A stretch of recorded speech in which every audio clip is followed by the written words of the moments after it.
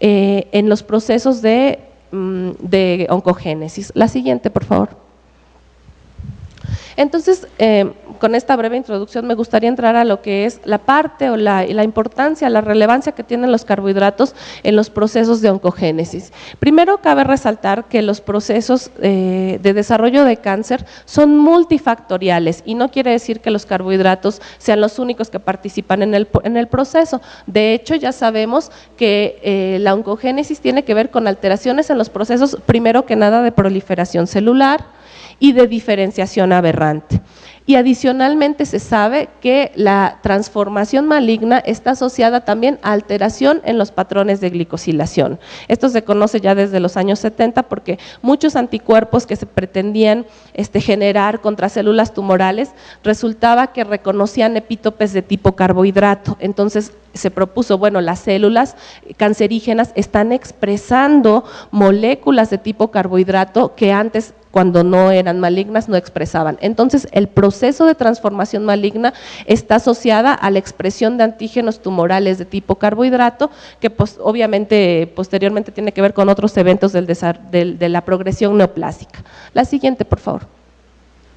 Dentro de las alteraciones de la glicosilación en cáncer se han reconocido hasta la fecha muchos eventos, es decir, una célula puede tener alteraciones en diferentes mecanismos. Por ejemplo, la expresión de formas incompletas, es decir, el glicano que debía estar presente para llevar a cabo la función se sintetiza incompleto. Ya vimos que hay diferentes tipos de terminales, entonces la ausencia de la terminal que lleva a cabo la función pues empieza a dar alteraciones en la comunicación de la célula. La reexpresión de antígenos de tipo fetal, por eso se les llama antígenos oncofetales.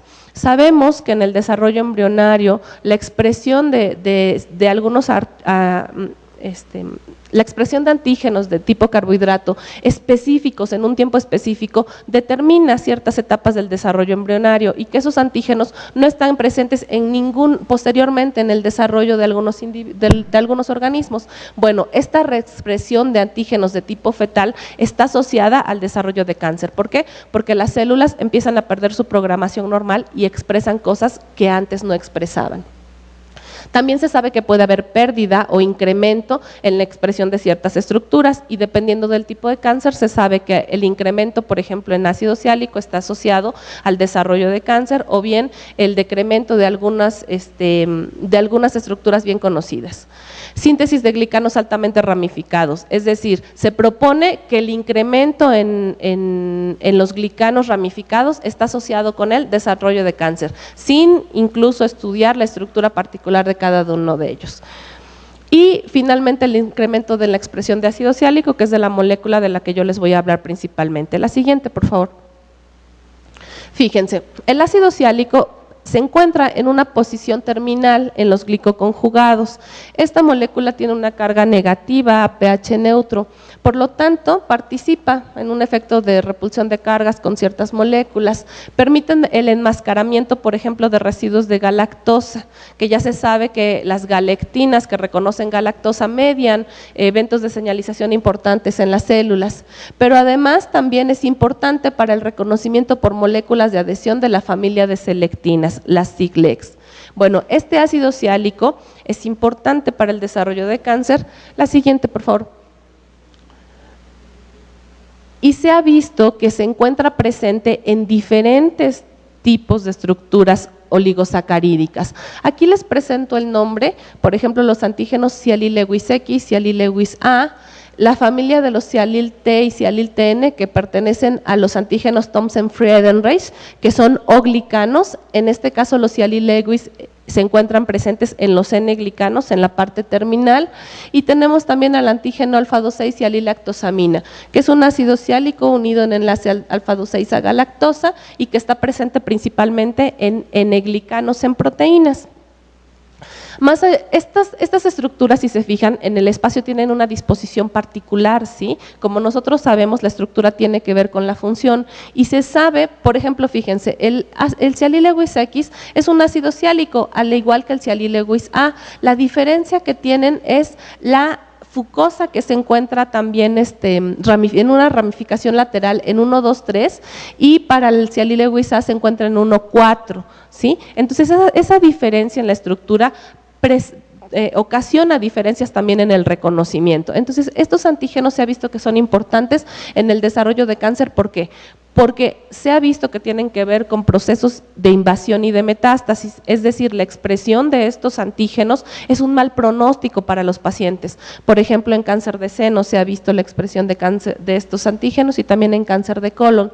Se ha visto también que cuando se expresan estos antígenos, correlaciona con una mayor agresividad del tumor, es decir, una progresión más rápida de la enfermedad. Y obviamente con el pronóstico de vida. Se han intentado establecer como marcadores tempranos en cáncer, aunque ninguno de ellos se ha establecido de manera formal, pero sí la literatura nos reporta que la expresión de estos antígenos, bueno, son un mal pronóstico para los pacientes. La siguiente, por favor. Finalmente, como yo les decía, la expresión de ácido ciálico se regula a diferentes niveles, pero el primero es a nivel transcripcional. Si se encuentran las enzimas, que son las encargadas de su transferencia a las terminales de glicoconjugados, pues es el primer paso para que la estructura esté presente. Las cialiltransferasas pertenecen a la familia de glicosiltransferasas y aquí les presento rápidamente su forma, ¿no? Entonces el dominio catalítico se encuentra orientado hacia el lumen del aparato de Golgi, porque ahí es a donde llevan a cabo su función. Tienen aquí una asa que es variable de tamaño y que es lo que se hipotetiza que a través del tamaño de esta asa varía la terminal que pueden reconocer también. Tenemos un dominio de transmembrana a través del cual se anclan y un dominio amino terminal que se encuentra orientado hacia el citoplasma. Entonces tenemos diferentes familias, 3 familias de cialiltransferasas que participan en la formación de diferentes enlaces glucosídicos, enlace alfa 2,3, 2,6 o 2,8. ¿Unido a qué? A residuos de galactosa como las alfa 2,3 cialiltransferasas o bien galactosa N-acetilgalactosamina que son alfa 2,6 cialiltransferasas y aquellas cialiltransferasas que forman enlaces glucosídicos solamente en alfa 2,8 sobre otro residuo de ácido ciálico. Entonces, si se fijan, tenemos enzimas que participan en la síntesis de estas estructuras de manera regulada. La siguiente, por favor. Aquí les presento una tabla brevemente de algunas de las cialiltransferasas humanas que se han clonado. Entonces, si se fijan, aquí me parece que son 18 nada más, aunque se han clonado más hasta la fecha. Les presento el nombre de la enzima, la estructura que forman, ¿sí? Aquí está el nombre de los carbohidratos, obviamente sabemos que son moléculas tridimensionales, que tienen ciertas características, y aquí tengo la localización cromosómica correspondiente, obviamente para humanos. Entonces, si se fijan, es una familia diversa y gracias a estas enzimas tenemos gran diversidad en las estructuras cialiladas en glicoconjugados. La siguiente, por favor. Les quiero destacar de estas cialiltransferasas nada más algunas que participan en la transferencia de ácido ciálico a residuos de galactosa. ¿Por qué?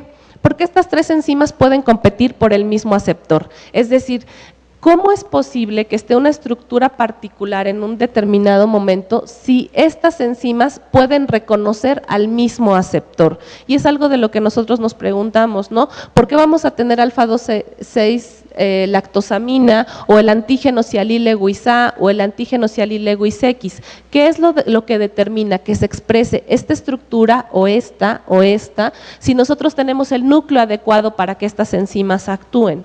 Entonces, fíjense, la ST6-Gal1 pone sobre un residuo de galactosa un residuo de ácido ciálico pero en enlace alfa 2,6.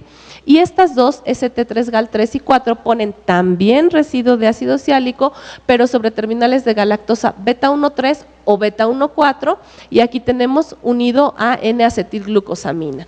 Finalmente tenemos estructuras particulares, ¿sí? La siguiente, por favor.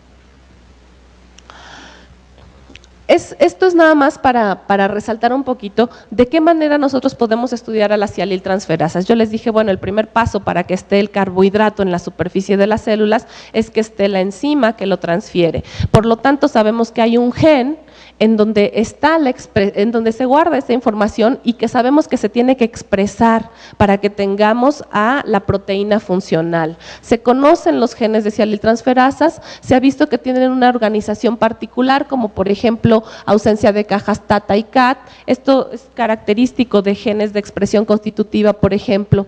Están divididas en varios exones y se producen además isoformas alternativas a través del uso de diferentes promotores. Por lo tanto, la primera regulación de estas enzimas ocurre a nivel transcripcional por la utilización de diferentes promotores. Para una misma enzima nos va a dar lugar a varias isoformas, ¿sí? Esto también permite la regulación tejido específica de las diferentes cianiltransferasas. La siguiente, por favor.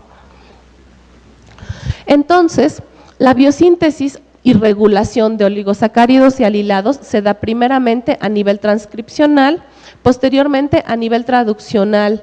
También tiene que ver con la actividad de la enzima, si compiten o no por el mismo aceptor. La actividad de la enzima va a ser determinante también por el sustrato, si está presente para que lo puedan transferir, y obviamente por la tasa de recambio de estas mismas enzimas. Aquí les vuelvo a presentar algunas estructuras, por ejemplo el dicialil Lewis A, el Lewis A, Lewis X y algunos antígenos y alilados que también están ramificados.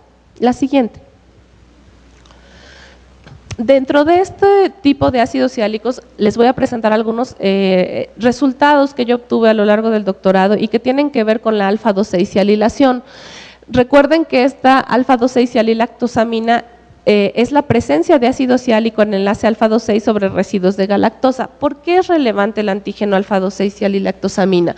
Primero que nada porque se sabe que el incremento de ácido siálico en 2,6 es una característica de las células tumorales. Ahora se acepta así el incremento de ácido siálico en enlace 2,6, se sabe que correlaciona con el desarrollo de cáncer. Entonces, se sabe además que la enzima que participa en su síntesis es la enzima ST6-Gal1, que lleva a cabo la adición de ácido siálico a residuos de galactosa para dar lugar a este antígeno, ¿sí? Entonces tenemos la molécula efectora, porque se sabe que el antígeno cianilactosamina tiene que ver con fenómenos de adhesión. Tenemos la enzima que participa en su construcción. La siguiente, por favor. ¿Por qué es importante a nivel funcional? Yo siempre dije, bueno, quiero estudiar la parte genética, pero ¿por qué? Finalmente, estas moléculas tienen una función en la célula y la función que está alterada nos va a ocasionar enfermedades como es el cáncer. Aquí les presento, por ejemplo, un ejemplo de cómo la expresión de los antígenos Cialil-Lewis tienen que ver con el desarrollo de cáncer. Porque se sabe que los antígenos Cialil-Lewis X y A participan de manera normal en fenómenos de adhesión en el rolling de los leucocitos, es decir, los leucocitos en condiciones normales expresan a los antígenos cialilados y esto les permite, en caso de daño en el epitelio, extravasarse a través del reconocimiento de moléculas de adhesión que serían las selectinas. Entonces, fíjense, aquí tenemos selectinas. Estas selectinas que reconocen carbohidratos. ¿A qué carbohidratos reconocen? A los Cialil-Lewis. Cuando tenemos un proceso de daño en el tejido, este epitelio empieza a expresar estas moléculas de manera que los leucocitos activados por el mismo fenómeno de inflamación puedan ser reconocidos por estas moléculas. Entonces, en el torrente sanguíneo donde van circulando estas células se detienen, por eso se le dice el rolling de los leucocitos, literalmente se detienen y después empieza un proceso de extravasación que genera otro tipo de respuestas también del sistema inmune. Bueno, imagínense ustedes si esto se da en condiciones normales. ¿Qué pasa si una célula tumoral empieza a expresar este tipo de estructuras que no debería expresar y es reconocida o puede ser detenida en ciertos epitelios? Pues puede generar un fenómeno de invasión y posteriormente metástasis. Recuerden que una característica del cáncer es precisamente que esas células logran desprenderse de su sitio de origen y que además sean capaces de instalarse en otro tejido para generar ahí una nueva masa tumoral, ¿sí? Entonces, esto es lo que pasa en condiciones normales y que en las células alteradas lo que vemos es la expresión anormal de antígenos cialilados y se ha propuesto que pueden imitar el mecanismo de los leucocitos para extravasarse a tejidos distantes.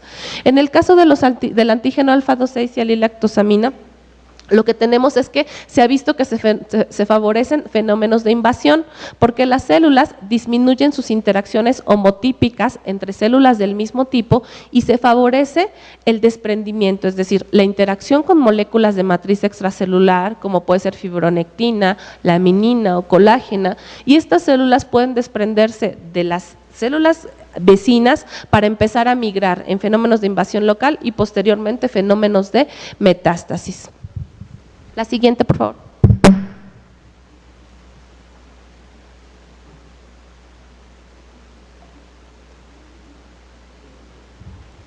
¿Qué es lo que se sabe del antígeno alfa-2,6-cialilactosamina? Bueno, se ha detectado su expresión en cáncer de colon, en cáncer de seno, en cáncer gástrico, en hepatocarcinoma y cáncer de cervix. ¿Qué es lo que se ha visto? Mayor agresividad del tumor, potencial invasor de las células tumorales, principalmente invasión localizada, ¿sí? Migración de las células de manera local y un mal pronóstico de vida para los pacientes. La siguiente, por favor.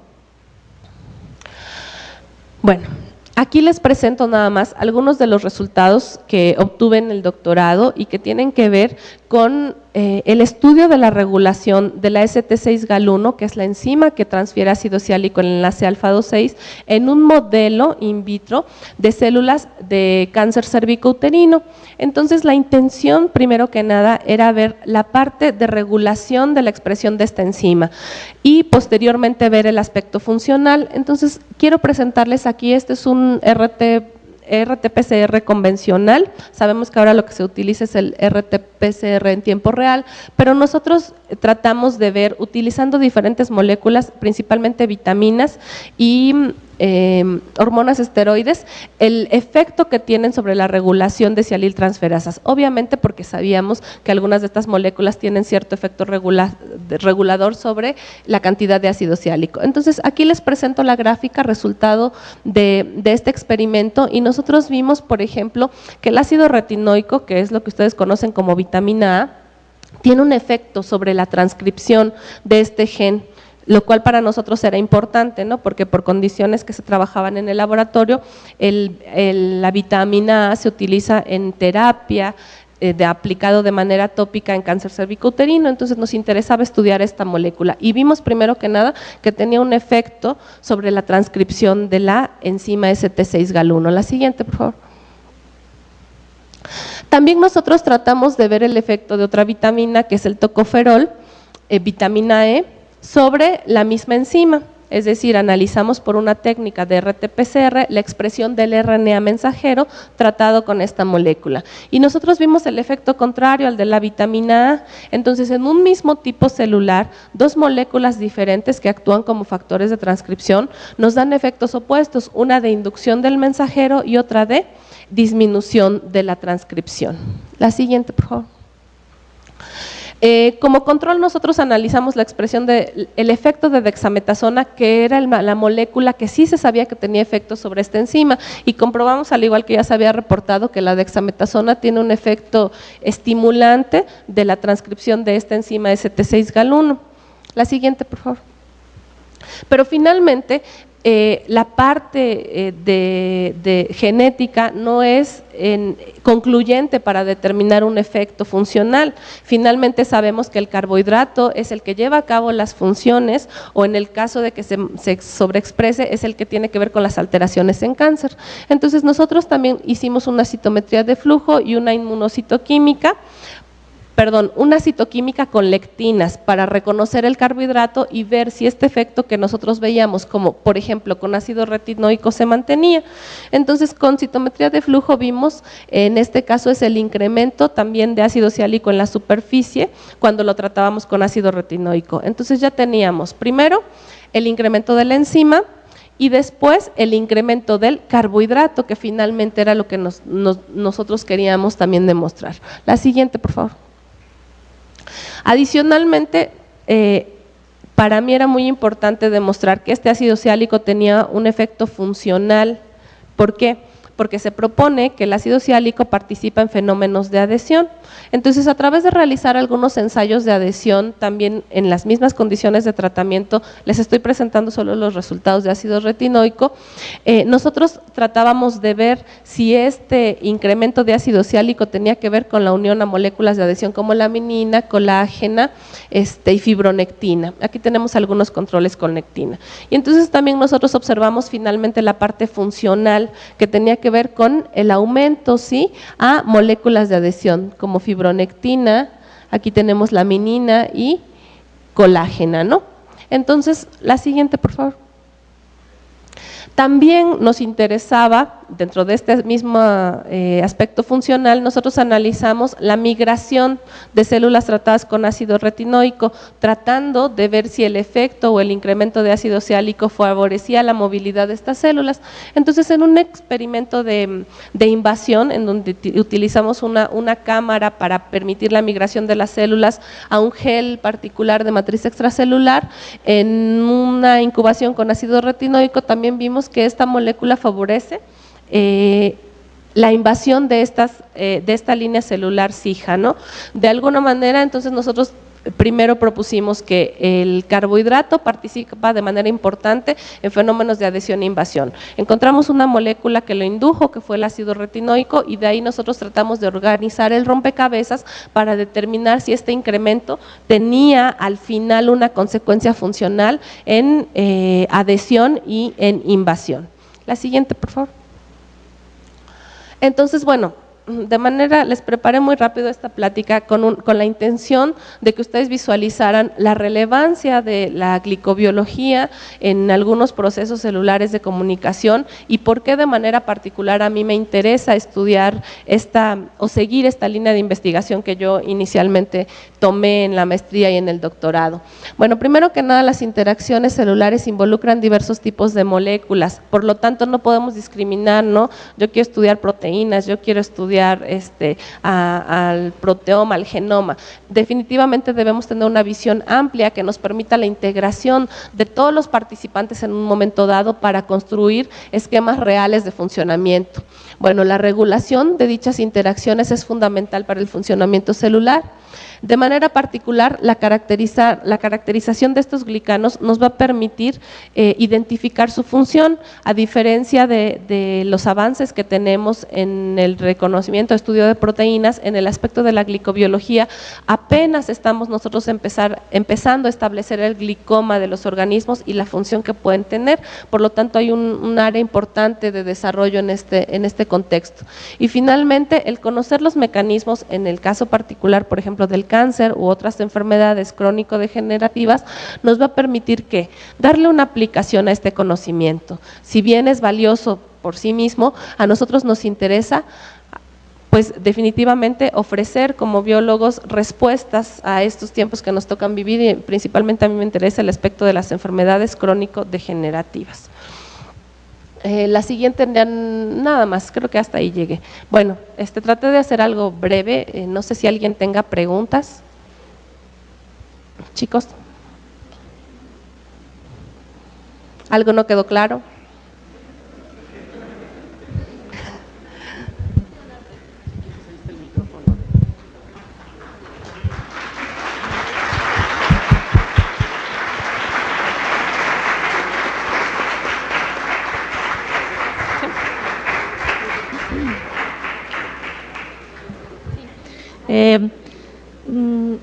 Esos antígenos que que mencionaste de Lewis y el X y el A, ¿se utilizan a nivel de diagnóstico en un laboratorio? Es decir, que una prueba, por ejemplo. En muchas líneas de investigación se está tratando de establecer estos marcadores como una prueba diagnóstica que nos permita decir algún estadio o etapa, ¿no?, de la progresión de cierto tipo de cáncer, pero no están establecidos como tal. Entonces son herramientas adicionales que sí se están tratando de implementar, pero que no es algo ya de manera institucionalizada oficial, aunque ya hay bastantes reportes, ¿no?, de su expresión. Además debemos tomar en cuenta importa el tipo de cáncer del que estemos hablando, ¿no? Qué moléculas antes no expresaban y qué moléculas ahora podrían estar expresando, pero no se está haciendo aún. Sería bueno establecer marcadores glicosilados en etapas tempranas. Recuerden que para el cáncer lo más relevante es detectar el fenómeno en etapas iniciales del desarrollo. El cáncer es una enfermedad que se desarrolla a lo largo de mucho tiempo y desgraciadamente cuando se identifica muchas veces para los pacientes ya no es el tratamiento obviamente es menos efectivo o el pronóstico es malo en algunos casos, ¿no? Y algo de los resultados de la vitamina A y E. Ajá. La A, no le entendí muy bien si esa se utiliza como tratamiento.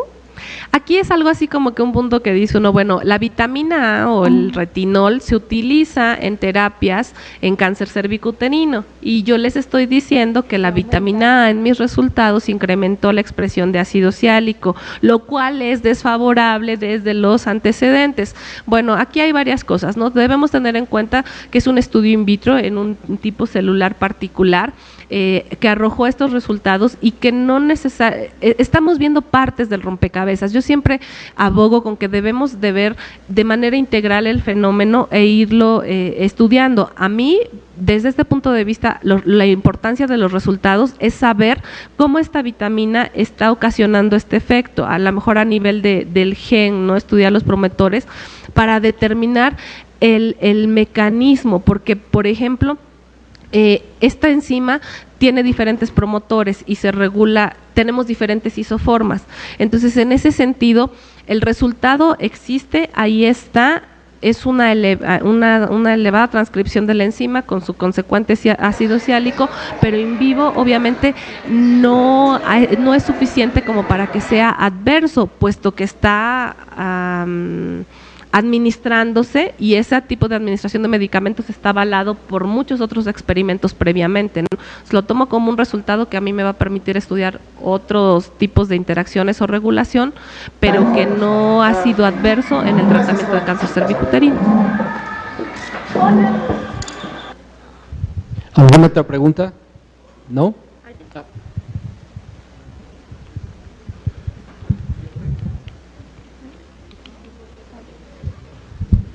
Bueno, yo tengo una pregunta. No sé, No veo quién es. ¿de qué manera se expresa si simplemente es a nivel microscópico o es macroscópico? Es la forma de expresión.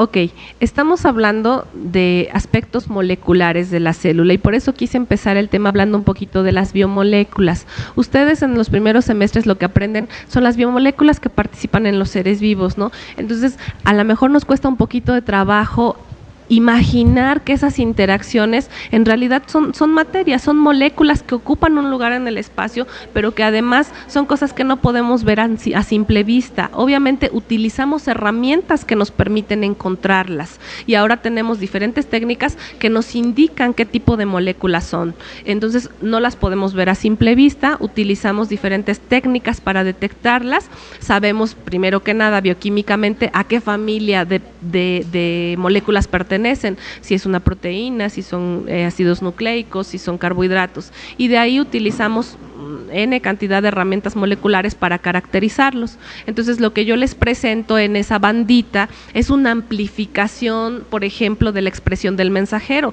pero tenemos una amplificación miles de veces de una pequeña parte de una secuencia genética que sería imposible ver a simple vista sin el uso de estas técnicas como la amplificación de RNA, de DNA, ¿no? O la detección como por ejemplo con las lectinas, vemos el colorcito, yo sé que es ácido ciálico porque tengo mis controles, porque sé que una lectina actúa tipo anticuerpo, reconoce el ácido ciálico en 2,6 y luego pongo un cromógeno que me permite verlo, ¿no? Que es lo que nosotros hacemos, metemos controles para asegurar que lo que yo les estoy diciendo es real. Pero de manera normal, bueno, es algo a nivel molecular.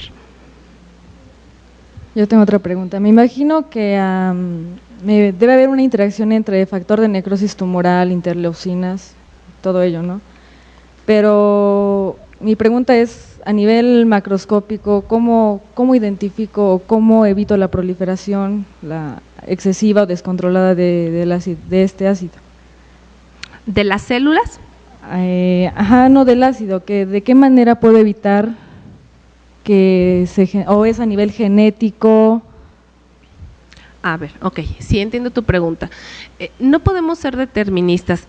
Recuerden, no podemos decir el antígeno alfa-2-6-lactosamina es el malo de la película. No, se expresa en todas sus células y tiene una función importante, ¿sí? En este momento, si tomamos la muestra de algún tejido, se expresa en vertebrados, se expresa de manera abundante, pero lo que hay que resaltar es que es tejido específico. En las células se regula el tipo de molécula que está, el momento en el que está y la cantidad en la que está, ¿sí? Entonces, cuando algo se sale fuera de control y tenemos más de lo que debería estar o la molécula en la célula en donde no debería estar, es que empezamos a tener problemas, porque recuerden que las células son sistemas que se autorregulan y autoensamblan, y en ese sentido son moléculas que no son buenas o malas, están presentes y cumplen funciones. Cuando se desregula esa función es cuando empezamos a tener problemas, ¿sí?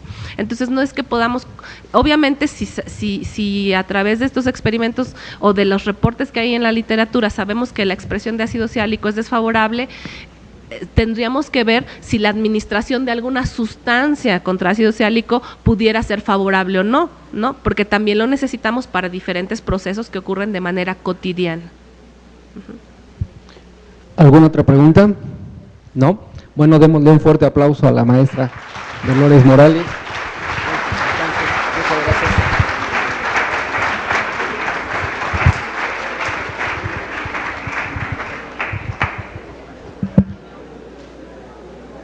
Y continuamos con las actividades. Si guardamos silencio para darle oportunidad al médico veterinario zootecnista Carlos Gómez Medina, quien viene de Parque Loro, a impartir la conferencia Manejo Conductual en Animales de Zoológico, que quisiera, silencio por favor, quisiera ensalzar que él posteriormente, los invitará a muchos de ustedes a poder participar en parte de las cosas de actividades conductuales y manejo de animales en zoológico, a través obviamente de solicitudes de estudiantes a servicio social y otras actividades. Entonces, por favor, démosle un fuerte aplauso a nuestro invitado, por favor.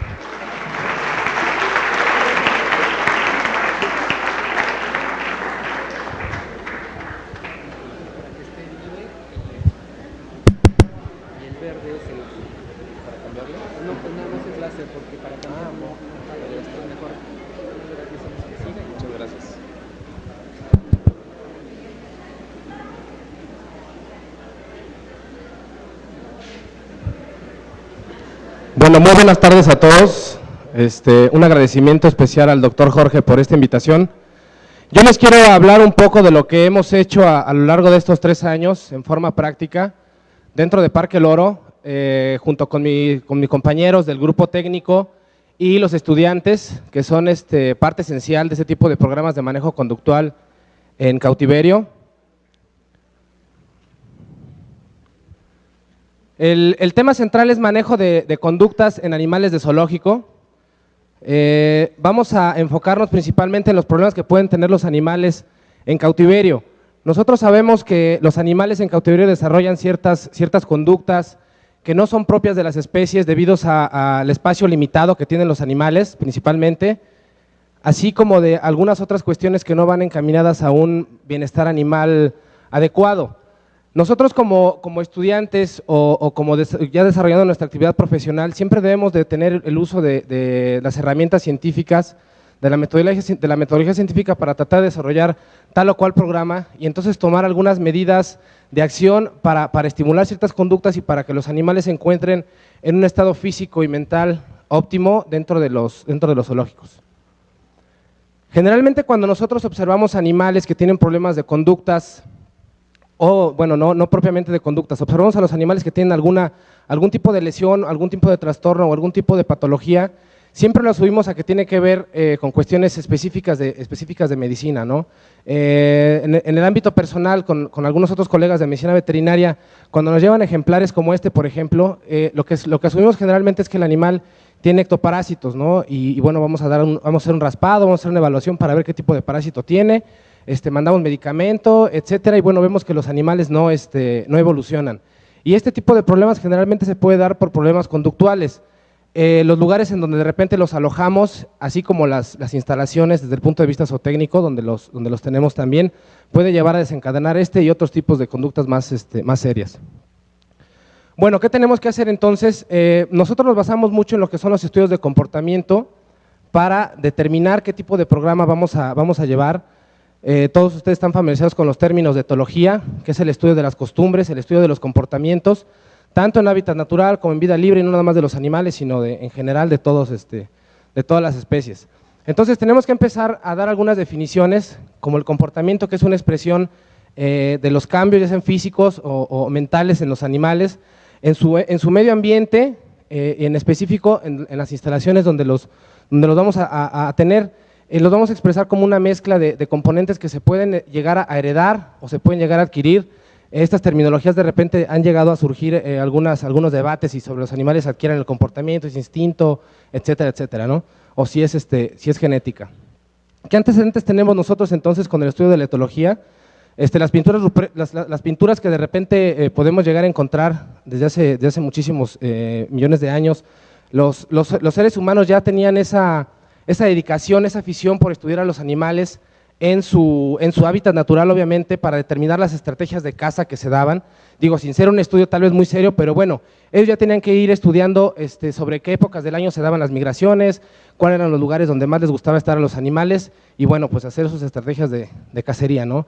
Ya conceptos más avanzados, cuando Aristóteles estuvo haciendo estudios con palomas, donde él determinó que no nada más la hembra incubaba los huevos, sino que también el macho era parte fundamental de este tipo de comportamiento. Leroy en 1764 hablaba de que él le gustaría tener un catálogo completo de las conductas de los animales, que para él sería así como que lo máximo, tener este tipo de estudios, para entonces ver a los animales las necesidades que tenían, cómo sociabilizaban, cómo se comportaban, etcétera, etcétera. Las teorías de la evolución de Charles Darwin también obviamente tuvieron que jugar un papel muy importante en los estudios que hizo. Obviamente tuvo que hacer muchos estudios de comportamiento, de modificación de poblaciones, etcétera, para determinar algunas bases de comportamiento en los animales.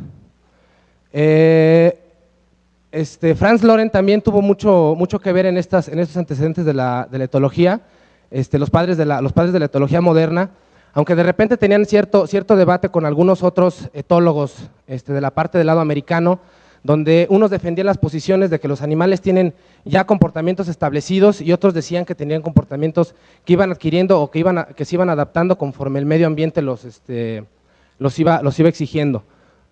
Entonces, bueno, una definición la podemos marcar como el estudio biológico del origen y de la evolución de la conducta, que implica algunos aspectos fisiológicos, ecológicos y obviamente también de tipo comparativos. La siguiente, por favor. Entonces, bueno, básicamente lo que nosotros tratamos de hacer en la etología pues es la observación directa de los animales que están conviviendo con otros miembros de su misma especie o en situaciones interespecíficas también. De repente, bueno, pues nos llevamos ahí algunas sorpresas. Entonces, tenemos que retomar la metodología, ¿no? Siempre tener en consideración que tenemos que tener los materiales suficientes y herramientas suficientes y, bueno, las observaciones directas dentro de los animales.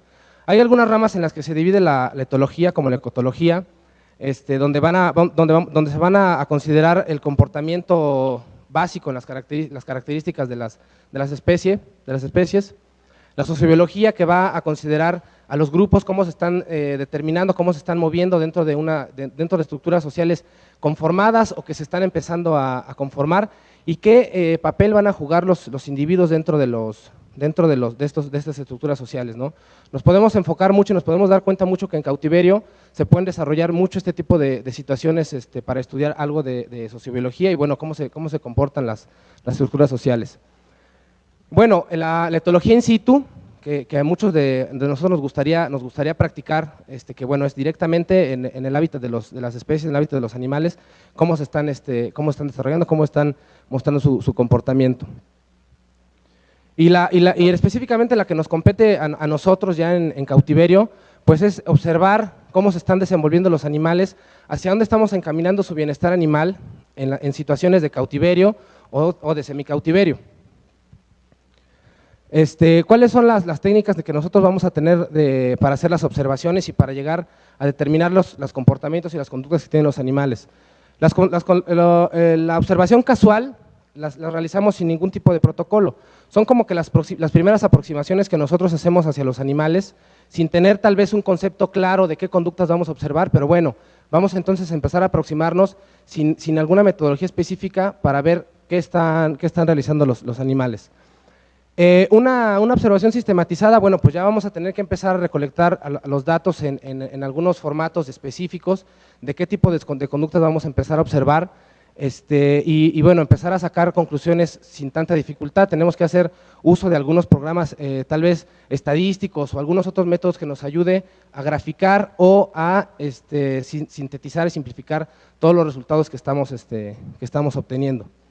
Bueno, ya que estamos realizando las observaciones, entonces tenemos que basarnos o tener los registros claros que vamos a tener. Los registros de anécdotas son los que nosotros vamos a ir narrando como una narración. Pues hoy eran las 9 de la mañana y observé que los jaguares estaban echados o que se empezaron a pelear, etcétera, ¿no? El registro, o sea, es una conducta en específico. El registro de frecuencia es cuando esa misma conducta la tenemos que contabilizar. ¿Cuántas veces entonces estuvo realizando el jaguar la agresión o el sueño, ¿no? El registro de duración, ¿cuánto tiempo entonces estuvo de esas frecuencias en total? ¿Cuánto tiempo estuvo descansando el jaguar? ¿Cuánto tiempo estuvo peleándose, ¿no? Y el registro focal, bueno, cuando ese mismo individuo lo estamos asociando con la otra pareja, con el otro especie que tenemos dentro de nuestros exhibidores. ¿Con qué metodología? Bueno, siempre tenemos que basarnos en los estudios que hay de hábitat natural. Muchos de ustedes me van a decir, bueno, pues es que ¿cómo se pueden realizar comparaciones en conductas de hábitat natural contra conductas en cautiverio? Pues bueno, tenemos que sacar los catálogos conductuales de los animales y de los estudios que se han hecho en hábitat natural para entonces nosotros tener una idea de cómo van a estar reaccionando los animales en cautiverio, porque sí hay muchas conductas que desarrollan los animales en cautiverio que también desarrollan en hábitat natural y viceversa, ¿no?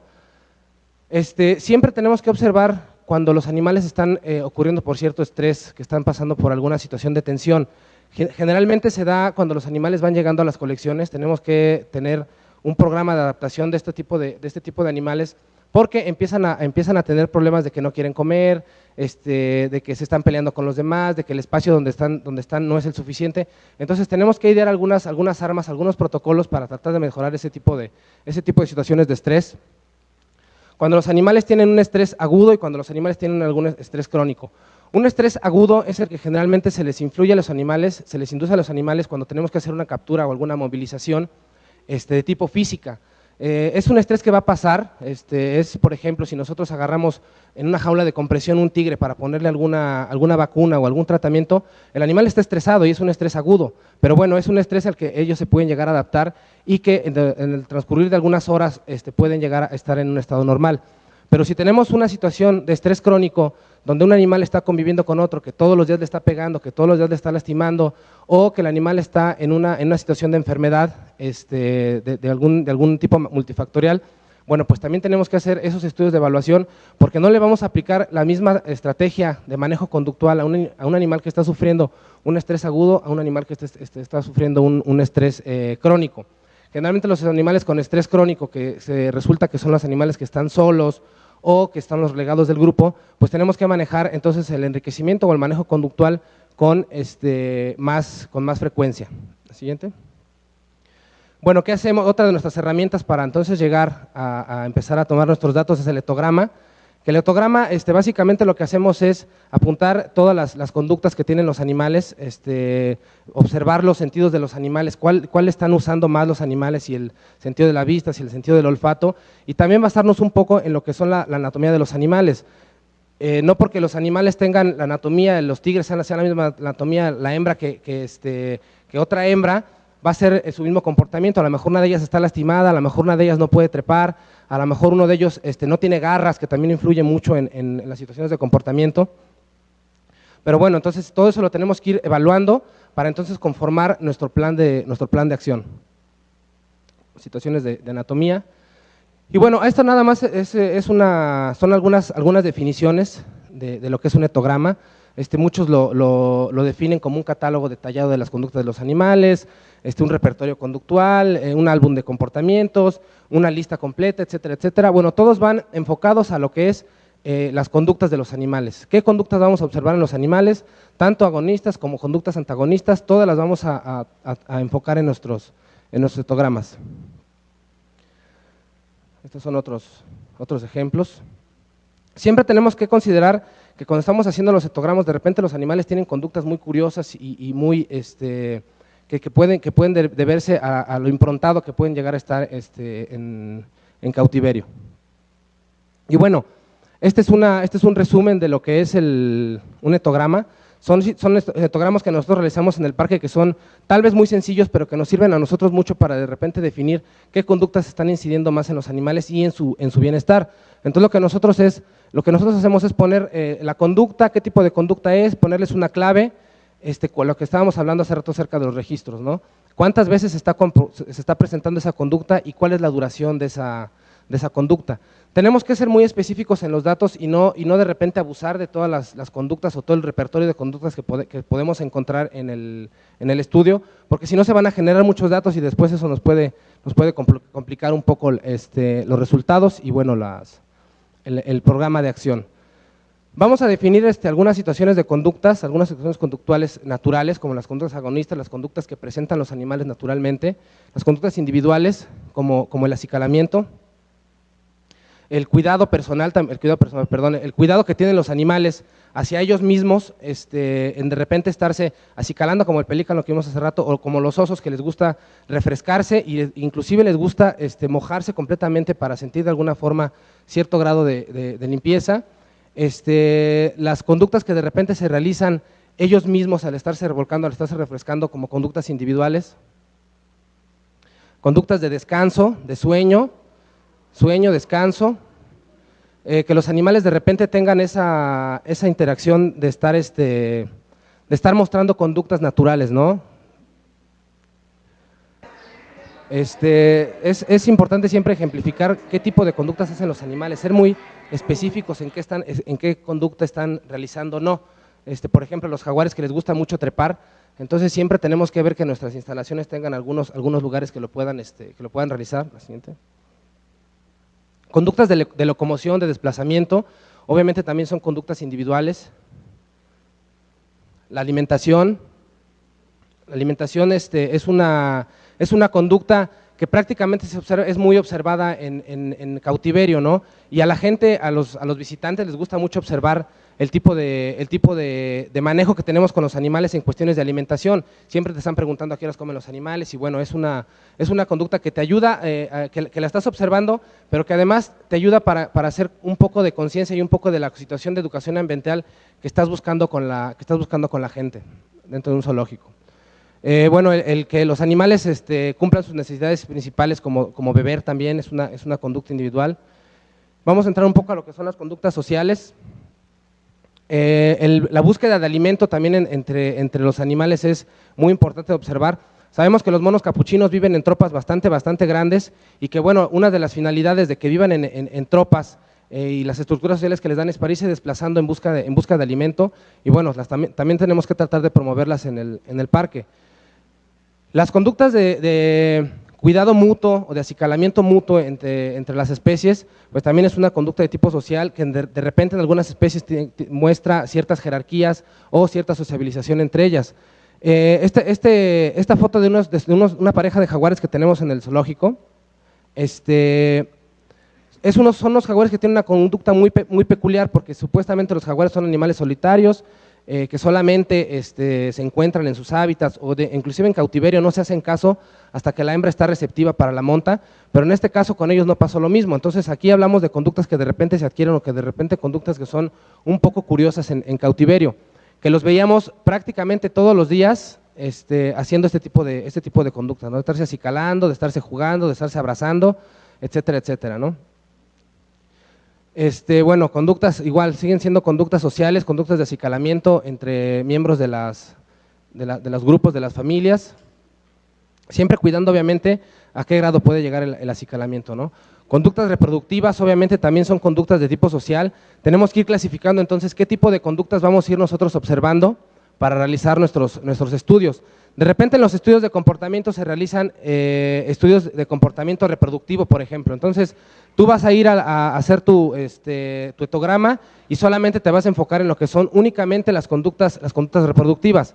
Vas a obviar un poco lo que son las conductas de desplazamiento, de locomoción, algunas conductas de cuidado, etcétera. Entonces, sí tienes que ser muy crítico y de repente estar observando, saber los datos de la biología de los animales para ver cómo reaccionan o cómo se están comportando, qué tipos de movimientos hacen, qué tipos de gesticulaciones, de vocalizaciones, etcétera, etcétera, para ver si son reproductivas o no. Conductas de juego también son clásicas, son características en los animales. Conductas también de dominancia para demostrar jerarquías y para ir desarrollando algunos instintos. Esta es una conducta que realizan los jaguares que se llama reclamo, que justo es cuando están los animales, la hembra está receptiva y bueno, el macho con el olfato detecta los niveles hormonales que tiene para proceder a la monta y hace este tipo de reclamo, ¿no? Y bueno, las conductas de agresión o las conductas para demostrar dominancia pues también son parte de las conductas de tipo social, ¿no? Cuando los animales tienen que demostrar de repente, no necesariamente a base de agresión directa, sino de hacer algunas gesticulaciones o mostrar su poder sin llegar a recurrir a la agresión directa, ¿no? La siguiente, por favor. Igual, conductas de agresión para determinar dominancia o defender territorios. Y bueno, esta es nada más para ejemplificar lo que es el robo de alimento, ¿no? Porque también se da en hábitat natural y bueno, en cautiverio, que los animales tengan este tipo de comportamientos de estar robando alimento. Las conductas antagonistas, que son las que vamos a tratar nosotros de disminuir con los programas de manejo conductual, clásicas nosotros podemos observar las estereotipias y más marcadas generalmente en los carnívoros, que son patrones de comportamiento que son repetidos y que no tienen algún propósito, y prácticamente es el mismo patrón de comportamiento, es morfológicamente idéntico, ¿no? Ustedes yo creo que han ido a un zoológico, han visto de repente cuando tienen a los tigres en el circo, que están haciendo nada más un movimiento de vaivén, que vienen y van, hacen movimientos en 8, bueno, pues eso es un comportamiento estereotípico, ¿no? Este es un ejemplo de unos osos polares.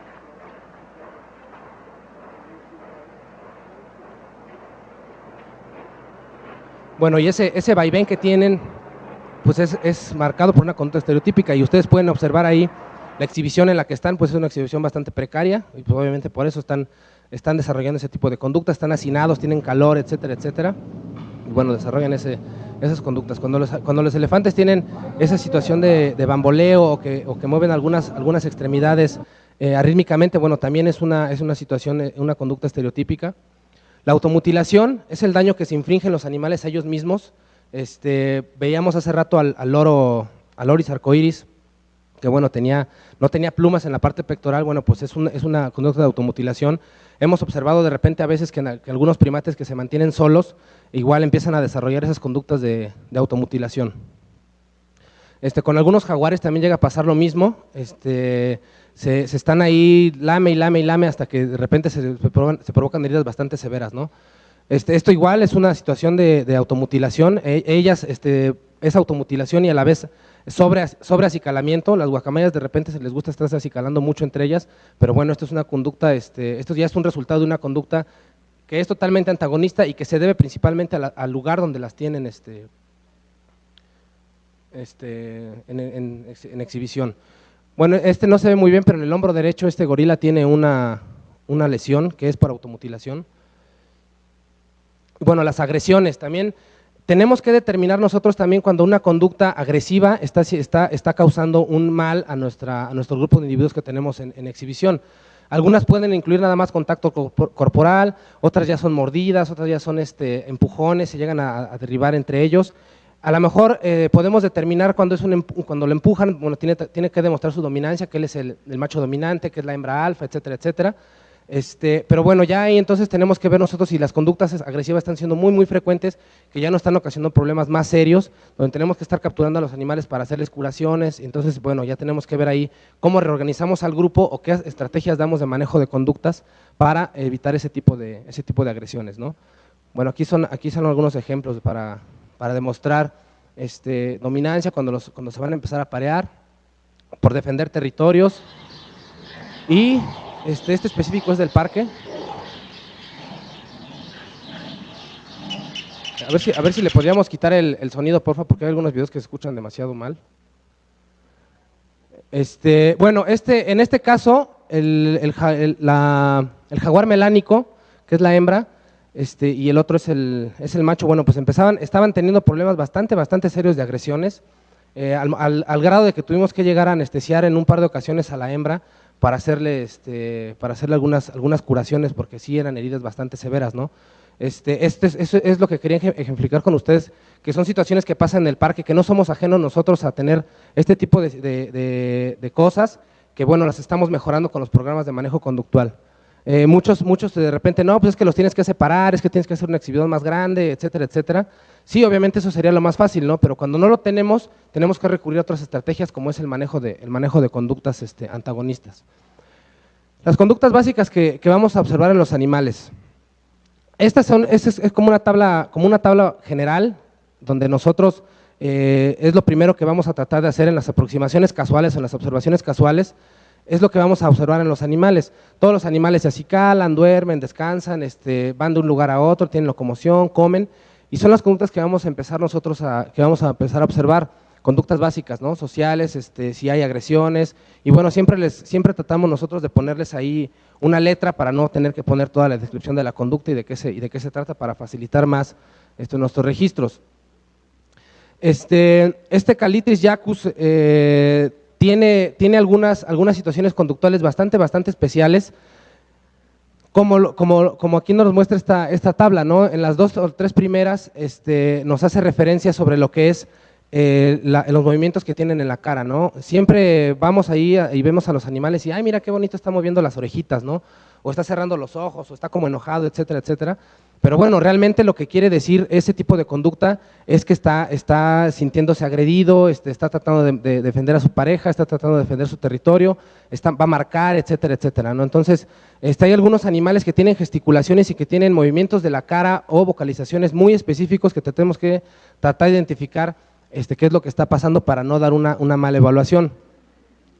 Un mono capuchino cara negra, un cebus apela, que igual, ¿no? Tiene de repente movimientos, la mayoría de la gente lo ve y siempre está levantando las cejas y como que arruga la cara y piensan que está tratando de hacer el chistosito, como que llamar la atención, etcétera. Y realmente lo que él está haciendo es demostrar cierto grado de dominancia en su grupo, ¿no? El siguiente. Bueno, estas son algún catálogo de las conductas de las especies, ¿no? Ya vimos la del Calitris jacus, esta es una del mono capuchino cara negra. Y lo que les trato de ver aquí, de hacer ver aquí es que hay información, hay bastante información acerca de los diferentes conductas de los animales, para que nosotros empecemos a realizar nuestros estudios, nuestras primeras aproximaciones y realizar los cetogramas. Obviamente no van a ser las mismas conductas que vamos a observar en los primates que en los carnívoros, ¿verdad? Entonces tenemos que buscar la información, aunque son conductas, hablamos acerca de las conductas básicas, pero sí tenemos que pensar, que ponernos, analizar cuáles son, ¿no? Por ejemplo, el tipo de desplazamiento que tienen, cómo van avanzando hacia la derecha o hacia la izquierda, si es rápido, si es lento, a qué están tratando de llegar o qué están tratando de demostrar. Si están estáticos, cómo están estáticos, si están sobre sus 2 patas, si están sobre sus 4 patas, etcétera. Todas este tipo de conductas las tenemos que estar nosotros apuntando y tenemos que hacernos a la idea de que en determinado momento se van a presentar para nosotros hacer nuestro promedio de conductas, graficarlo o sacar algunas tablas y bueno, darnos cuenta qué es lo que está pasando, ¿no? Igual esta es una ejemplificación de lo que es la conducta de los jaguares. Por ejemplo, clásica de que las hembras levantan la cola para hacerle saber al macho que están receptivas, o que de repente se están olfateando y lamiendo los genitales, se están aproximando mucho.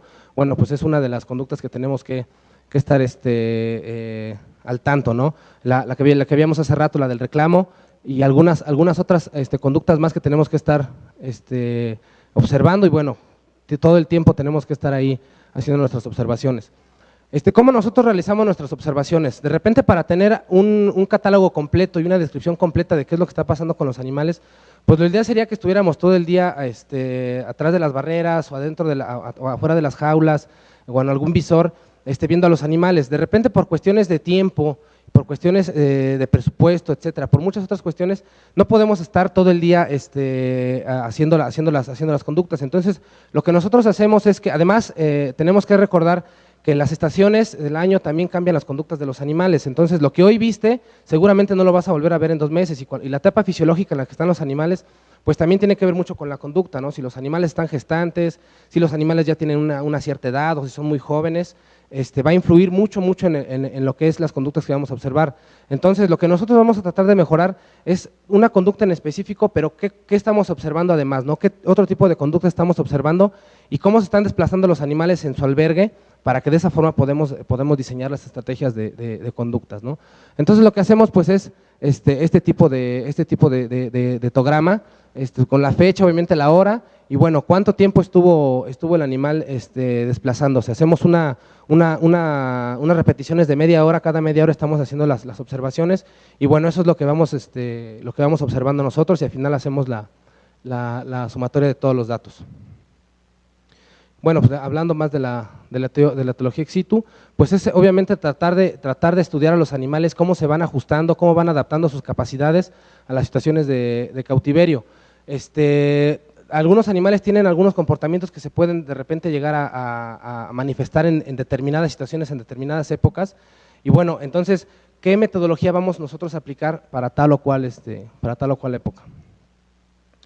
Bueno, el estrés es obviamente, ya lo habíamos hablado hace ratito, es una de las situaciones con la que más tenemos que luchar, con la que más nos enfrentamos ahí en las situaciones de cautiverio. Cuando los animales están amenazados, cuando cualquier estímulo que reciben los animales están amenazando su homeostasis y la incapacidad que tienen los animales al hacerle frente a su medio ambiente. Ya hemos hablado lo que es el estrés agudo, lo que es el estrés crónico, y bueno, entonces el resultado del estrés es la interacción que tiene el animal con el medio, ¿no? Y no nada más con el exhibidor, sino que también con la gente. Tenemos que lidiar mucho con la gente, porque a la gente le gusta estarle pegando a los cristales, porque a la gente le gusta estarle gritando a los animales, y bueno, pues obviamente todos esos son factores de estrés. Además de todas las situaciones de estudio de comportamiento que hacemos, también tenemos que ver qué es lo que está pasando en su entorno, ¿no? ¿Qué causas nosotros observamos? Bueno, las causas fisiológicas, que son enfermedades, lesiones del cuerpo, psicológicas, sociales y ambientales. Ahorita vamos a ver algunos ejemplos, ¿no? Las causas, lesiones en el cuerpo, ¿no? De repente vemos que los animales están claudicando, están cojeando, no sabemos por qué, bueno, pues los tenemos que agarrar, y eso obviamente les está ocasionando un estrés. Tenemos que estar estudiando más su comportamiento con una situación de estrés, como una pata con sobrecrecimiento de huella, ¿no? Cuando los animales están enfermos, cuando los animales están lesionados, obviamente tienen una situación de estrés muy severo. La siguiente. Cuando los animales de repente tenemos que recurrir a un lugar para aislarlos y que de alguna forma mejoren o tengan una mejor evolución en algún trastorno que hayan sufrido.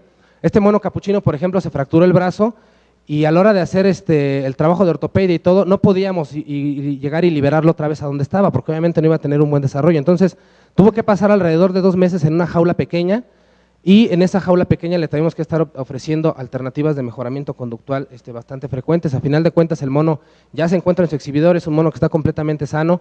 Obviamente no podemos decirle al mono que mantenga el brazo, que lo mantenga quieto, porque no lo va a hacer, pero bueno, afortunadamente su brazo quedó bastante funcional y con las estrategias de mejoramiento de conductas. Bueno, más, ¿no? Cuando los animales están en estados de alguna enfermedad, fisiológica o algo, es lo que ocasiona ese tipo de conductas. El sobreacicalamiento también ya habíamos visto de él. Cuando los animales desarrollan conductas, o cuando a los animales los hacemos que desarrollen conductas que no son propias de ellos, ¿no? Sucede mucho, por ejemplo, en algunos lugares de espectáculos de animales, donde los animales, bueno, no están desarrollando conductas propias, entonces estás haciendo como una situación de cognición con los animales, están resultando un poco adversa, ¿no? Lo mismo, ¿no? Estás haciendo que los animales desarrollen conductas que obviamente no son propias de ellos. O cuando a los animales les cambias también el entorno, de repente estaba la montaña y pasaban cientos de venados y de repente una carretera, ¿no? Entonces los animales tienen que de repente adaptarse a lo que el entorno está ofreciéndoles para ellos entonces ver si se alejan de la carretera o si de repente se ponen enfrente del paso de los vehículos, que bueno, los animales van a tener que ir sufriendo esas situaciones de adaptación, pero bueno, con el estrés, ¿no? Cuando los animales se encuentran en situaciones de exhibición o en situaciones de cautiverio bastante precarias, bueno, pues es una situación que va a condicionar obviamente al estrés. Por ejemplo, estos animales tienen una situación de estrés crónico, porque es una situación permanente que no cambia. En el caso de los venados, bueno, es un estrés agudo, ¿no? Que de repente pasó y una camioneta pasó rápido y le pitó, bueno, ya tuvo un estrés agudo que se va a ir por ahí, ya se va a calmar, pero estos animales todo el tiempo están mantenidos en una situación de estrés. Aquí retomamos lo que es el estrés agudo. Es una reacción física momentánea y que es necesaria para las situaciones de peligro. Produce un aumento en el cortisol y la adrenalina. Ahorita vamos a ver un poco lo que ocasionan este tipo de elementos ya en cuestiones reproductivas y de exhibición. Este es un ejemplo de una contención física que se hace para tomar una muestra de sangre de una hiena.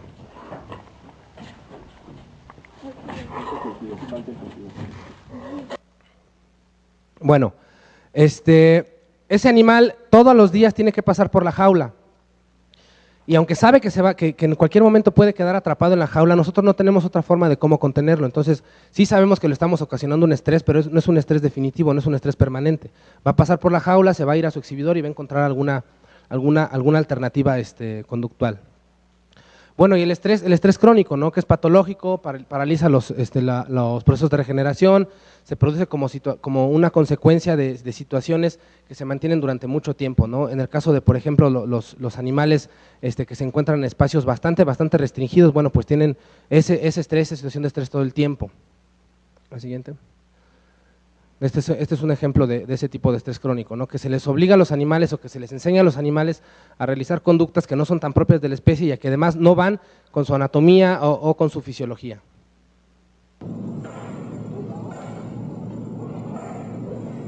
Bueno, esta es otra situación también de estrés crónico. Los animales que son mantenidos en estas situaciones durante mucho tiempo pues empiezan a desarrollar esos problemas, ¿no?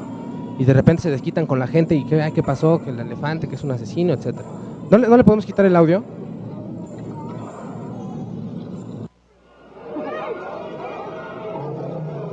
Y se ve mucho, ¿no? En diferentes lugares, en diferentes circos. Cómo llegan los animales y los mantienen en espacios muy restringidos, donde las condiciones ambientales de repente son bien adversas. Nos ha tocado ver osos polares que están en zonas tropicales con un ventiladorcito nada más para refrescarlos, ¿no? Bueno, y esto es lo que sucede en las situaciones de estrés, ¿no? ¿Cómo influye el estrés en la salud de los animales? La secreción de corticosteroides lleva a una inmunosupresión y bueno, cuando tienes el sistema inmune deprimido, obviamente te haces más susceptible a las enfermedades. ¿Y qué sucede con las enfermedades? Ya lo veíamos hace rato, hay estrés por situaciones de enfermedad y entonces es un circulito, ¿no? que nunca termina. Entonces, bueno, tenemos que empezar entonces a trabajar con el estrés y a trabajar con las situaciones que nos están originando ese estrés para ver qué hacemos. Hay veces que no podemos de plano jugar con o tratar de minimizar los factores externos, ¿no? Por ejemplo, cuando trabajamos en un zoológico que se encuentra cerca de un aeropuerto, pues todo el tiempo están con los aviones, son sonidos muy fuertes, que al final de cuentas los animales van a sufrir de un estrés agudo, si se pueden adaptar, y si no se pueden adaptar, ese estrés se va a convertir en crónico y los animales obviamente van a tener riesgos bastante serios en su salud. ¿Y cómo influye el estrés en la situación de reproducción? Nosotros en los zoológicos tenemos una misión de conservación de las especies, algunos, y bueno, la finalidad principal de los zoológicos es reproducir algunas especies de los criaderos, etcétera, especies que se encuentran amenazadas, que se encuentran en peligro de extinción, y si nosotros no les ofrecemos a los animales las estrategias, las alternativas necesarias para que esos animales encuentren su bienestar, obviamente pues vamos a ocasionar que no se reproduzcan. Cuando es un estrés agudo ya habíamos hablado que es situación de adaptación, pero cuando el estrés es crónico vuelve a pasar lo mismo, ¿no? Hay glucocorticosteroides que son antigonadotrópicos y bueno, van a suprimir obviamente todas las situaciones de desencadenación hormonal, ¿no? en el eje hipotálamo hipófisis gónadas.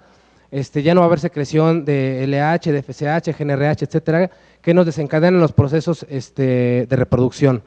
Y a lo mejor teníamos animales que bueno, fueron bien tratados, etcétera, etcétera, pero que no se desarrollaron bien por situaciones de estrés. Entonces, ¿por qué no se reproduce ese animal si está muy sano, etcétera, etcétera? Bueno, pues porque su crecimiento en las primeras etapas de la juventud hasta la pubertad no fueron las adecuadas por el estrés que estaban sufriendo. Bueno, otra situación con la que trabajamos es con el diagnóstico de exhibición. ¿Qué espacios le estamos nosotros ofreciendo a los animales para que se desarrollen adecuadamente? Generalmente las legislaciones marcan que los animales deben de tener un espacio mínimo necesario. Bueno, pues trabajar con ese espacio, que no sea mínimo, obviamente nosotros lo que buscamos es que los espacios sean lo más grandes posibles, para que se puedan desenvolver bien los animales. Todos quisiéramos en nuestros zoológicos un exhibidor como donde te asomas y lo que ves son osos polares o algunos mamíferos marinos, o que estuvieran los animales en semilibertad, en semicautiverio, ¿no? Sería lo ideal para todos los zoológicos del mundo. Pero bueno, en ocasiones no podemos y tenemos que adecuarnos a algunas cosas. ¿Cómo jugamos nosotros con las perchas para los animales? Sabemos que los citácidos son animales que les gusta estar perchados gran parte del tiempo, y que bueno, en muchos lugares las perchas son muy muy delgadas y los animales están todo el tiempo con la pata envuelta. Obviamente eso les empieza a causar problemas osteoarticulares, estrés, volvemos a lo mismo, la situación de estrés, y entonces tan fácil es nada más cortar unas cuantas ramas de un árbol de diferentes diámetros y bueno, que tengan los animales esa situación, ¿no? Recintos que valen millones de dólares, también es el recinto de los elefantes en el zoológico de San Juan de Aragón.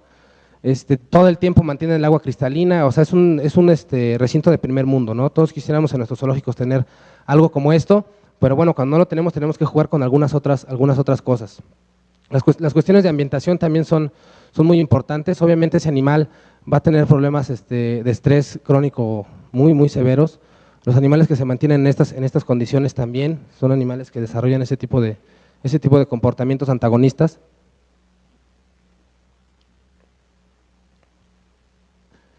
Y bueno, lo que nosotros hacemos en el parque es de repente ofrecerles algunas alternativas para que suban, para que bajen, que tengan una charca, que tengan un objeto en el cual puedan manipular y puedan desarrollar de repente sus diferentes estímulos, que tengan diferentes lugares donde puedan alimentarse también.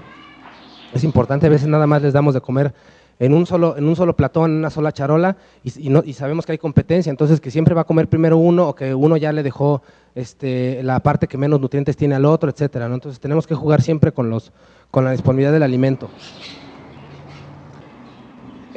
Lugares donde los animales tengan objetos donde los animales puedan desplazarse, puedan realizar conductas de locomoción.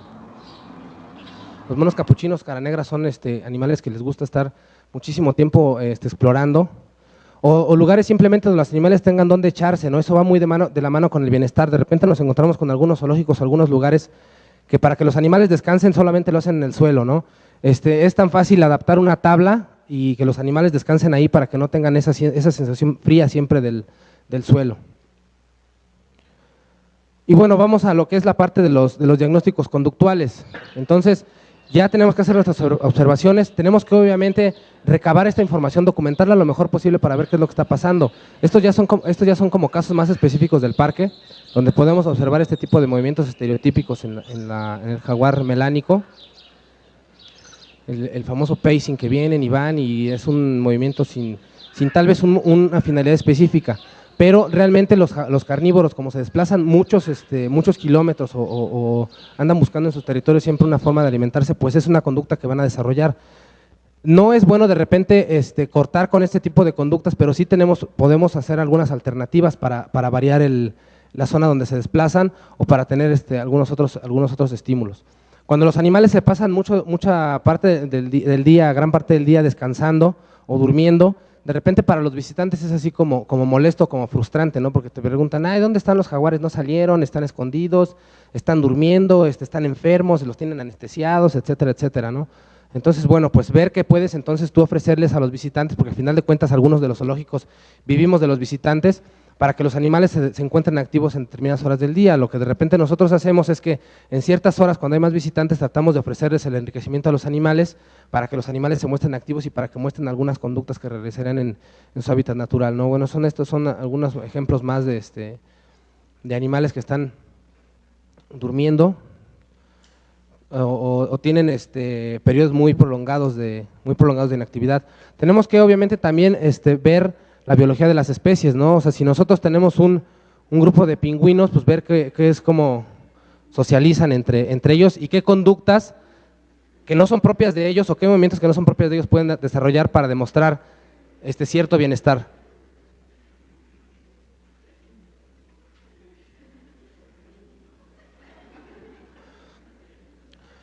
Sí tenemos que ser muy conscientes y estar muy pendientes de la biología de las especies, porque si tú tienes un mono aullador y la gente siempre te dice que no lo ve y tú lo que quieres es verlo porque a lo mejor está enfermo, etcétera, etcétera, sabemos que los monos aulladores por el proceso de digestión que tienen que pasar gran parte del tiempo descansando, gran parte del tiempo durmiendo, y si tú los sobreexcitas obviamente les vas a causar un mal, ¿no? Entonces siempre estar pendientes de cuánto tiempo pasan los animales durmiendo. Los perezosos, por ejemplo, pasan 20 horas durmiendo y la gente no los ve, entonces tú vas y les mueves o les haces o les quitas o les pones para que se estén desplazando. Tú no sabes que ese animal no va a tener una buena digestión y no va a hacer una buena asimilación de nutrientes si lo estás sobreexcitando. Entonces siempre tienes que trabajar con las referencias de la biología que tienen los animales. Que los animales estén sociabilizando también es muy importante. El acicalamiento es básico en los primates y no porque tengan ectoparásitos, porque generalmente en el parque no tienen ectoparásitos, pero sí muestran una forma, conductas afiliativas hacia sus congéneres, ¿no? Situaciones de agresión también las muestran, muestran sin llegar a la confrontación, pero bueno, obviamente muestran las capacidades y las armas que tienen para poder usarlas en determinado momento. Bueno, ¿cuál es el plan de acción entonces que vamos a seguir? Ya vimos todo esto. Pues la implementación de los programas de monitoreos conductuales, la capacitación del personal involucrado, ya les había comentado, trabajamos mucho con los estudiantes para servicio social, voluntarios, etcétera, etcétera, que son parte muy importante del programa, y los tienes que capacitar, no puedes llegar y decirles, órale, este es el material y vete con el león para que le pongas tal enriquecimiento, pues imagínense, ¿no? Entonces, sí hacemos un buen equipo y sí están bastante interesados en realizar los proyectos. El diseño, la planeación y la aplicación de los cetogramas para tal o cual especie. Y bueno, la aplicación de un programa de ambientación, estimulación sensorial y habilidad mental, que generalmente todos lo conocemos como enriquecimiento animal o enriquecimiento ambiental, que bueno, de repente puede chocar en algunos lugares la terminología, pero bueno, la idea básica es ofrecer esos estímulos a los animales, ¿no? La colocación, la capacitación del personal de los diferentes objetos, dónde se los vas a poner para que los animales los busquen.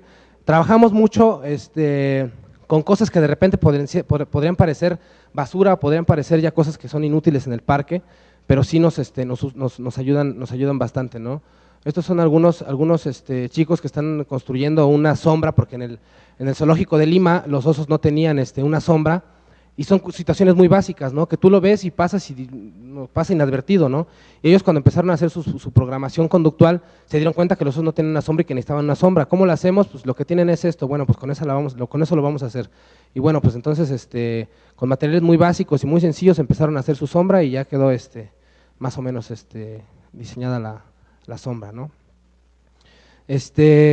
Junto con los enriquecimientos que ponemos en cuestiones de mejorar la ambientación, etcétera, podemos jugar también con los sentidos de los animales para que les llamen la atención los objetos. En algunas ocasiones los enriquecimientos o los objetos no funcionan tal vez como nosotros queríamos, pero lo que queremos también es que los animales interactúen con los enriquecimientos, ¿no? Por ahí se está comiendo una sandía y una canal de conejo con miel. Es una forma de estimular sus sentidos, ¿no? Y las alternativas que tenemos, algunos ejemplos ya más específicos de lo que hacemos. Siguiente, por favor. Las causas, bueno, ya las vimos, el espacio limitado, la ubicación de los recintos. Le vamos dando, por favor. Los espacios, ¿no? Que obviamente nos juegan un papel muy importante en lo que son las conductas que se van a presentar. Los espacios limitados, la mala ambientación, las rutinas de alimentación también. Nosotros a los animales les damos de comer en la mañana o en la tarde, y no sabemos que los animales se la pasan gran parte del día, determinada especie, buscando su alimento. Entonces, en algunos lugares les dan la fruta completa. Sabemos que si les damos una fruta completa a los animales va a haber mucho desperdicio, pero sí de vez en cuando podemos jugar con eso y ofrecerle a los osos una sandía completa, o a algunos otros animales un plátano completo, etcétera. Lo que generalmente se hace es picarlo, y todo esto es para que los animales aprovechen mejor la comida, ¿no? ¿Cuáles son las consecuencias? Bueno, disminuyen los índices de reproducción, ya lo vimos en la fisiología. las enfermedades aumentan, la falta de interés de los visitantes disminuye también, ya después ya no quieren ir o simplemente hacen un recorrido rápido y no se llevan lo que tú les querías dar, los mensajes que tú les querías dar en cuanto a educación y conservación y cuidado del medio ambiente, y los mensajes educativos, ¿no? Que es uno de los objetivos que persigue el parque. Siguiente. Bueno, el enriquecimiento es simplemente proveerle a los animales alternativas para que los animales mejoren su situación en cautiverio, ¿no? El enriquecimiento o los programas de manejo conductual es una parte muy importante de lo que es del área de bienestar animal, que tiene que ver con nutrición, que tiene que ver con medicina preventiva, pero bueno, específicamente el enriquecimiento tiene que ver eso, y siempre tenemos que ofrecerle a los animales esas alternativas de enriquecimiento, ¿no? La siguiente, por favor. Sabemos que los animales invierten muchísimo tiempo dentro de su día en buscar alimento, en buscar pareja, en buscar refugio, y nosotros en el cautiverio ya se los dimos que prácticamente todo, ¿no? Ya en cautiverio tienen pareja, ya en cautiverio tienen refugio, tienen alimentación, etcétera, etcétera, ¿no? En pocas palabras, a los animales ya les facilitamos la vida en el cautiverio. Entonces, como ya lo tienen todo muy fácil, pues empiezan a desarrollar ese tipo de conductas que ya observamos, ¿no? Ya no tienen los grandes espacios para buscar sus alimentos, ya no tienen esa capacidad de sociabilizar, de defender territorios. Entonces, prácticamente todas las conductas que los animales desarrollarían en hábitat natural ya las perdieron. Lo que vamos a hacer entonces es obviamente estimularlas, siempre y cuando cuidando los peligros que nosotros les podemos dar a los animales en cuestiones de enriquecimiento. Tenemos que tener mucho cuidado que los animales no se vayan a quedar atrapados, que no se vayan a intoxicar, que no se vayan a poner obesos, que no se les vaya a caer un objeto, que no se vayan a enredar. Si cuando de repente ofrecemos los enriquecimientos, tenemos una tropa con 10 monos araña y si les damos nada más 2 cocos o 2 piñatas, pues imagínense la bronca en que los vamos a meter, ¿no? Entonces, o les metes 15 cocos o mejor no les metas nada porque si no se van a pelear y después tienes que solucionar el problema de heridas, etcétera, etcétera, ¿no? Bueno, lo mismo, ¿no? Un poco más de peligros del enriquecimiento. Creo que ya estoy sobre tiempo, ¿verdad? Ya estoy sobre tiempo, ¿verdad? Bueno, vamos a irnos más rápido porque ya estamos sobre el tiempo. Bueno, igual, ¿no? Cuidar todas estas situaciones de que los animales se queden atrapados.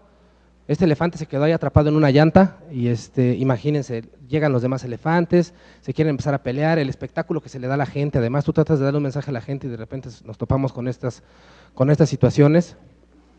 Y bueno, afortunadamente pues el animal salió de la llanta, pero si no, pues hubieran tenido que entrar a anestesiarlo. Las drogas que se usan para contener este tipo de animales son muy, muy peligrosas, muy, muy caras, y solo por una situación de descuido y de una mala planeación del enriquecimiento, ¿no? Los objetos que se les ponen de repente a los animales, nos trabajamos con espejos, ok, sí, pero no les vamos a poner un espejo adentro del exhibidor para que suceda esto, ¿no? Después el espejo se rompe y se cortan y ya vienen otro tipo de lesiones. Bueno, las modificaciones al ambiente físico, le puedes ir dando un poquito más, un rápido si quieres, por favor. Usamos los materiales que hay en el parque, cuando de repente se derraman las hojas, las usamos para ambientar de alguna forma los recintos. Usamos mucho lo que son materiales naturales, siempre tenemos que cuidar el uso de materiales naturales que no les vayan a ocasionar algún trastorno.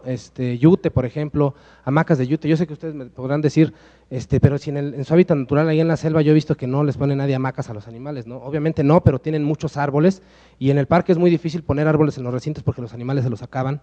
Entonces tenemos que de repente planear algunas estrategias para que los animales trepen, para que los animales tengan sombra, para que los animales tengan lugares donde desplazarse, donde descansar, donde refugiarse del medio ambiente.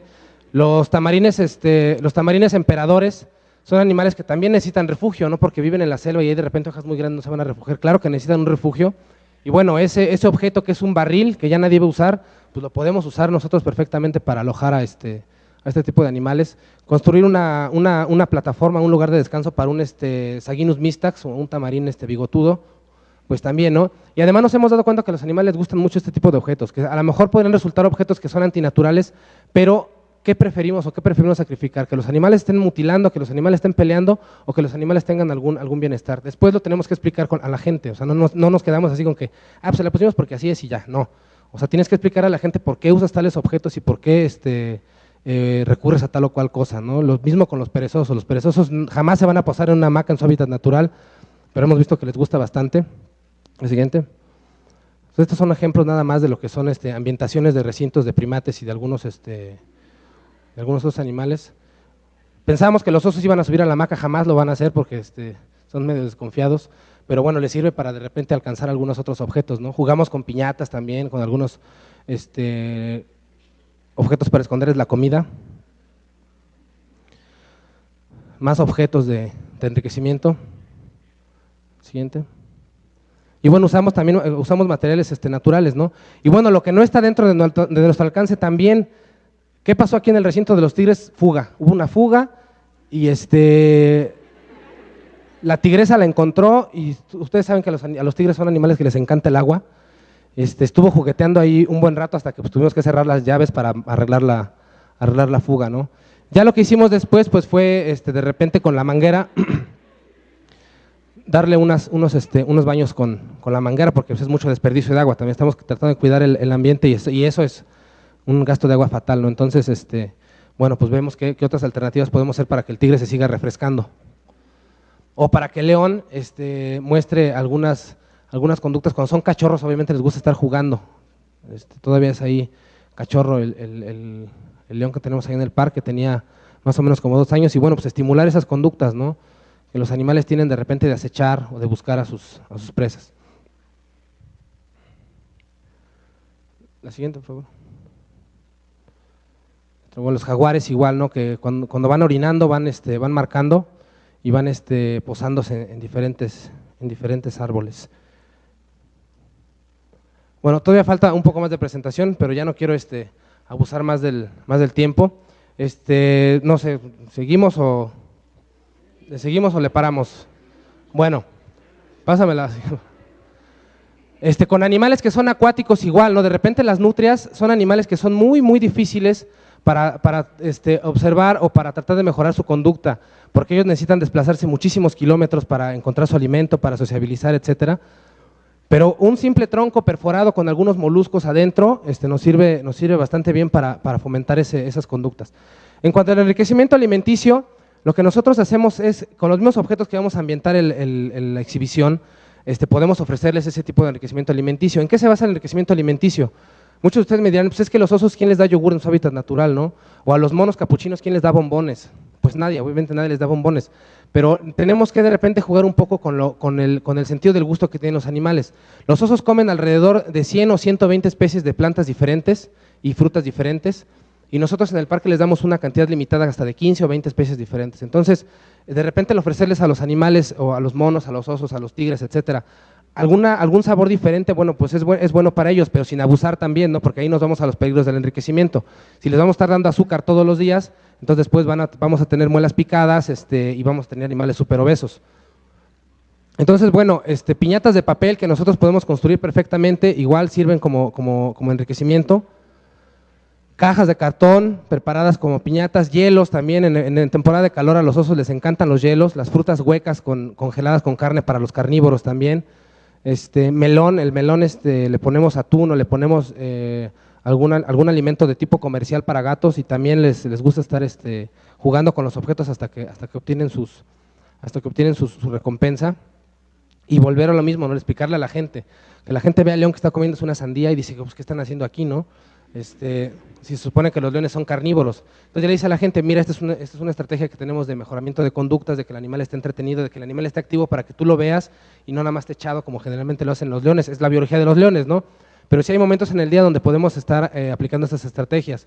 La sandía lo que tiene es carne congelada y es lo que le gusta al animal. El mono japonés, que hace algún tiempo estuvo todavía en el parque, ya se fue a Morelia a un programa de reproducción.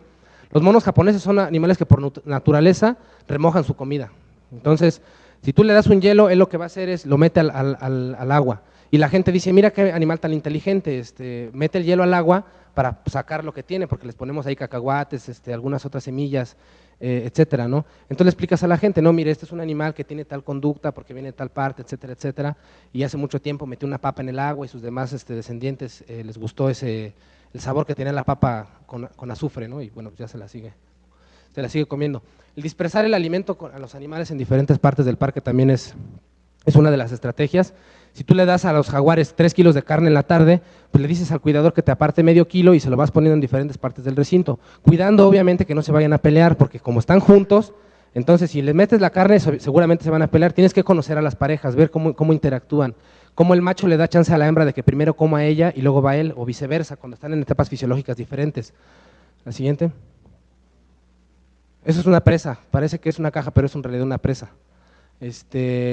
Le ponemos ahí carne y bueno, lo que el jaguar es trepar, es acechar, es esconderse en ocasiones también del costal, simulando que el costal es una presa, y bueno, el costal lo que le ponemos es carne o alguna esencia, y él lo que va a hacer es interactuar con el premio, ¿no?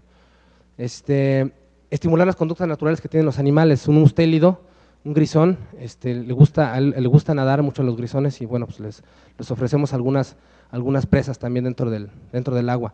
Los animales, los monos aulladores, que les gusta también buscar su comida en las hojas de los árboles, bueno, pues les ponemos también algunos extractos, algunos jugos de frutas, algunas papillas de frutas también para que desarrollen esas conductas. Igual con los monos capuchinos en diferentes objetos, y hacer uso de esa curiosidad innata que tienen los monos, ¿no?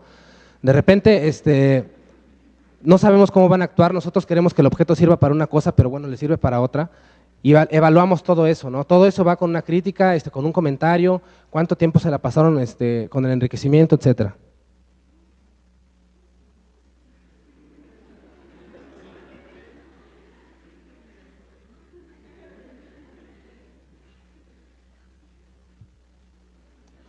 Los animalitos del género Saguinus y Calitrix son animales que les gustan mucho los insectos y son muy curiosos, entonces igual hacemos uso de todas el potencial que tienen estos animales para desarrollar algunas estrategias, y es una simple naranja. ¿Cuánto nos puede costar hacer una naranja de este tipo? Sacarle toda la pulpa y hacer este tipo de artefactos. Lo mismo con los bambús. Los tamarines son animales que les gusta en su hábitat natural comer savia de algunos árboles para adquirir ciertos minerales y vitaminas que necesitan para sus cuestiones reproductivas, y hacemos ese uso entonces de la lengua que tienen para poder extraer el néctar. En este caso no es néctar, es yogurt, o en ocasiones sí les ponemos néctar, en ocasiones les ponemos algunas otras papillas. Pasitas también. Con estos monos en particular tuvimos muchos problemas para que las crías fueran viables. Nacían las crías y se estresaban mucho los papás con la gente, con los ruidos, etcétera. Lo que hacían es que se los quitaban y los echaban al suelo, y pues ya no podían, ya no los recogían, y la crianza artificial es muy, muy difícil en esos animales. Entonces, con el programa de estímulos sensoriales lo que pudimos hacer es que nacieran las crías, pero que no nada más nacieran, sino que se mantuvieran vivas. Entonces, a la fecha hemos podido ver que ya la viabilidad de las crías ha ido en aumento, ¿no? Materiales muy, muy sencillos que se usan en el parque que pensamos que ya eran basura, bueno, pues siguen siendo útiles. Siguiente, por favor. Bueno, hay algunos animales que reaccionan de forma decente y tratan de hacer las cosas con mucho cuidado y con mucha calma, pero hay otros que, como son bien agresivos y quieren destruir todo, ¿no? Y bueno, la destreza que de repente pueden tener para resolver ciertos acertijos, ¿no? Los monos capuchinos son animales muy, muy inteligentes. En Estados Unidos los usan y los entrenan para ayudar a gente con problemas de hemiplegia o paraplegia, y son súper, súper inteligentes. Bueno, son más ejemplos, ¿no? Con el mono japonés también. Todos estos objetos que ustedes están viendo y todos los programas que han sido diseñados por los estudiantes. O sea, nosotros damos una asesoría y les vamos capacitando, la parte que les habla de la capacitación, y ustedes son los que van, oye, ¿cómo ves si le ponemos esto? Ah, sí, órale, no, sabes que está muy grande, está muy chico, hay que sujetarlo bien, etcétera. Todo eso es creatividad de los estudiantes con asesoría con los médicos que estamos ahí en el parque. Ya el siguiente, por favor. Bueno, la estimulación sensorial y destreza mental es también con lo que trabajamos, esencias para estimular el sentido del olfato, no nada más esencias que huelan rico, sino también, por ejemplo, podemos trabajar con excremento, siempre y cuando sepamos que los animales que usamos el excremento hayan sido desparasitados o que no tengan alguna situación de enfermedad. A los osos o en general los carnívoros reaccionan bastante bien con este tipo de objetos. Cajas igual de cartón, una caja sobre otra caja para que los animales vayan sacando los premios que mantenemos. El siguiente, por favor.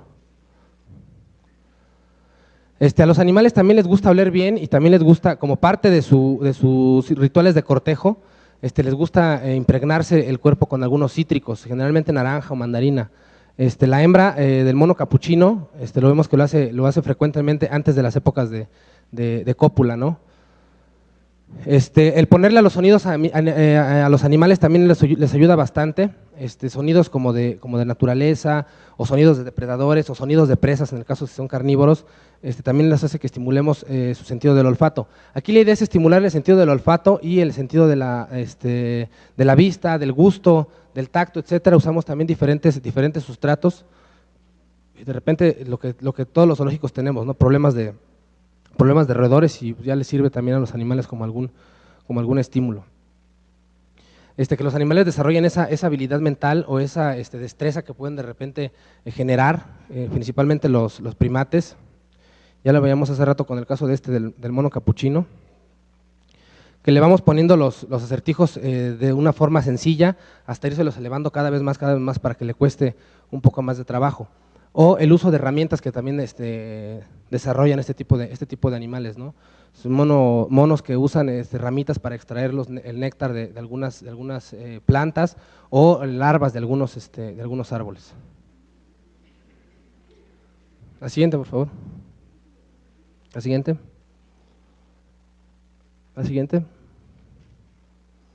Bueno, eso es lo que les quería compartir, lo que les quise compartir, que son alternativas que nosotros les ofrecemos a los animales en cautiverio para que mejoren sus situaciones de bienestar animal. El bienestar animal va acompañado de otros factores, como es el entrenamiento. También hay algunas cosas que hacemos ahí con los animales en cuestiones de entrenamiento para finalidades médicas, no para que realicen conductas que no deben de realizar o que no sería bueno que realizaran. Y lo hacemos todo con objetos muy sencillos, ¿no? Basándonos en la metodología científica, y que ustedes pueden compartir y pueden hacerse partícipes de este tipo de programas que realizamos. Si tienen alguna duda, algún comentario, alguna sugerencia, con todo gusto.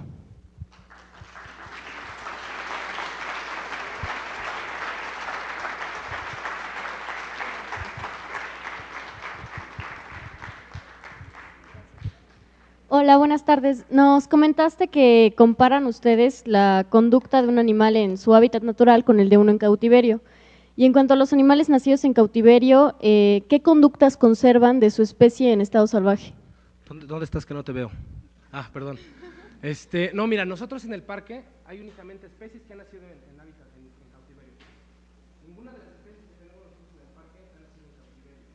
Pero sí puedes de repente llegar a un lugar donde vas a encontrar que algún animal fue capturado, fue extraído, etcétera, para estar en cautiverio. Obviamente te va a costar muchísimo más trabajo adaptar ese animal, o que ese animal se adapte a las situaciones de cautiverio, porque estaba en un espacio súper grande, porque ya tiene cierta edad, etcétera. Entonces, siempre tienes que evaluar lo que les comentaba hace rato, ¿no? ¿A qué edad llegó el animal al cautiverio? Pues a lo mejor tenía 3 meses cuando estaba en cautiverio, lo capturaron y ya está en hábitat natural, ya está en cautiverio. Entonces siempre tienes que evaluar eso. Obviamente te va a costar mucho más trabajo, pero la forma en que tú vas a ofrecerles las alternativas de manejo conductual dependen únicamente de la capacidad de creatividad que tú tengas. Obviamente con todo lo que ya vimos, ¿no? Hacer el estudio de conductas, qué conductas las que quieres eliminar. A lo mejor el animal está aburrido siempre o está haciendo un pacing. Entonces lo que tienes que poner a lo mejor son algunas barreras o algunos estímulos sensoriales para que el animal desarrolle o se dificulte los problemas de conducta.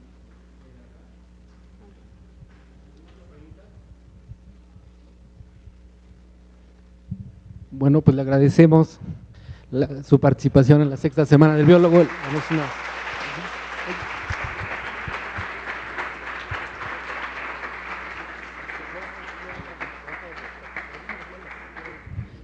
Bueno, nos comentan que el Parque El Oro nos va a obsequiar algunos pases para que visiten Parque El Oro. Después les diremos cómo se van a entregar. Obviamente, conforme ustedes vayan llegando a las conferencias, ya diremos el mecanismo para que ustedes obtengan los pases. Agradecemos nuevamente a Parque El Oro por su participación. Les recuerdo que el día de mañana iniciamos a las 10 de la mañana para las conferencias, continuamos con el programa y hoy no olviden, a las 4 de la tarde inician los talleres. Así que toda la gente que se ha inscrito o los que no se han inscrito, por favor pasen con UNIS para iniciar los talleres. Gracias.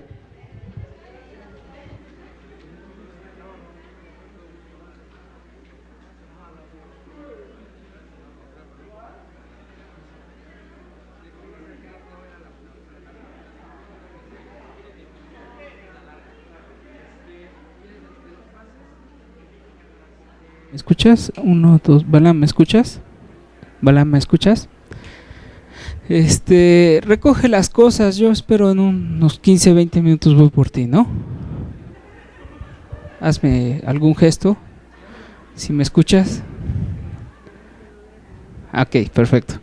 Si quieres ya desconéctate. Ahorita, no, te digo, en unos 15, 20 minutos llego por ti. Ahí me esperas, ¿no? Gracias.